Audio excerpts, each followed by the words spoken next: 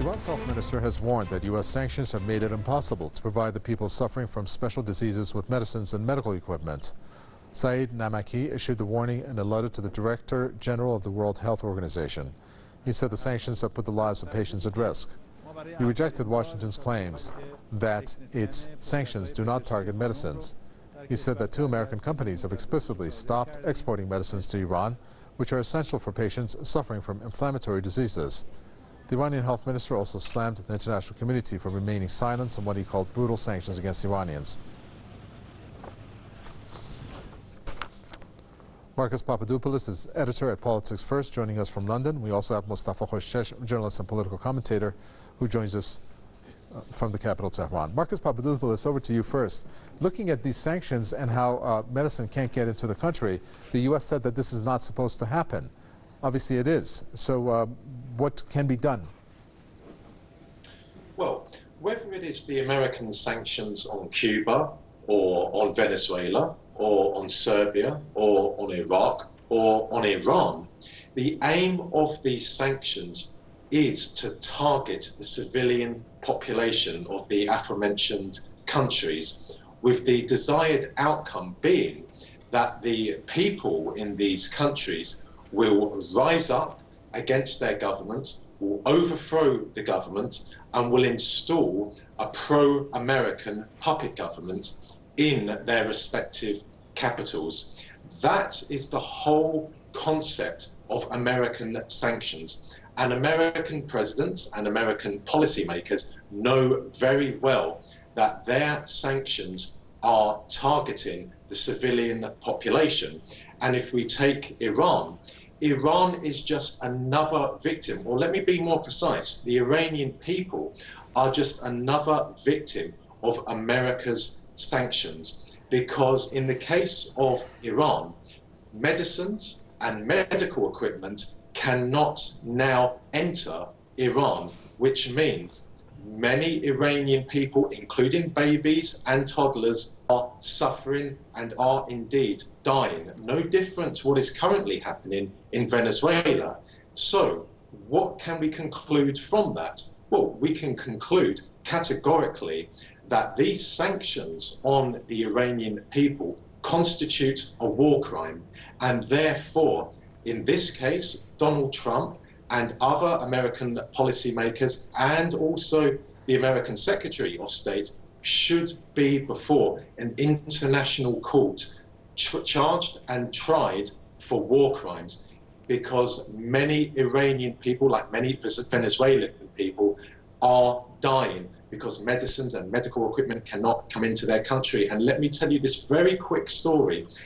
British journalists, British mainstream journalists know this very well, but they will not say it in their newspapers or on their news channels. A few years ago, the Iranian government signed a significant contract with a British company to upgrade hospitals and clinics across Iran. Now, that was going to be very good for the Iranian people and very good in monetary terms for this British company. However, Donald Trump's government spoke very clearly, albeit in private, with the British government, and the British government told this company, this British company, to not proceed with upgrading hospitals and clinics across Iran. Now, who suffered? First and foremost, Iranian civilians, including children, including babies and toddlers. They suffered, and that is not something that is told in Britain, because British mainstream journalists are part of the British establishment, and they do not want the British public to know the true reality, the true cost of America's sanctions. Mustafa Khoshchesh, do you agree that America is trying to target the Iranian government and hoping for this supposed regime change in their eyes by targeting innocent Iranians through not allowing, whether directly or indirectly, entrance of medicine into the country, which is badly needed?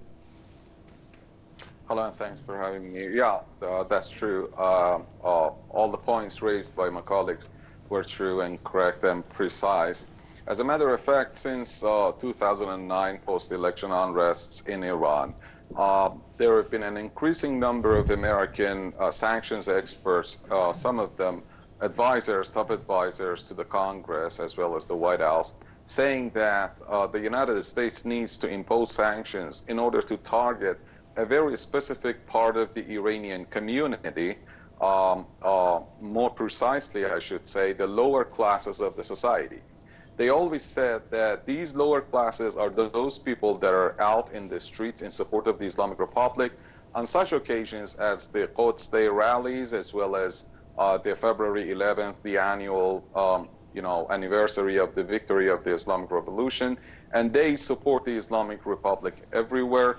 Now, if sanctions advance and leave good impact and prove efficient as desired by the White House, these people should be targeted and should feel the brunt of the sanctions under much pressure.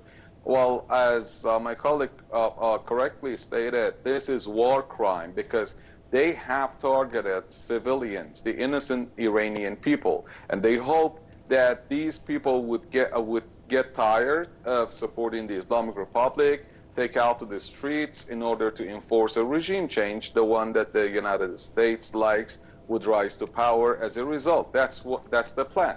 They have already failed, of course, and for some of your viewers that might be asking, what about the last week? Well, the last week or two, the last 2 weeks unrests and rioting was completely different. That was the result of a wrong decision at the wrong time, which was implemented wrongly by the Iranian government itself. It could have been prevented. That's a totally different issue. What we have in here is that the U.S. State Department, very recently, about a month or 2 months ago, they enforced a new laws. They ordered all pharmaceutical suppliers to Iran that they should stop supplies to Iran.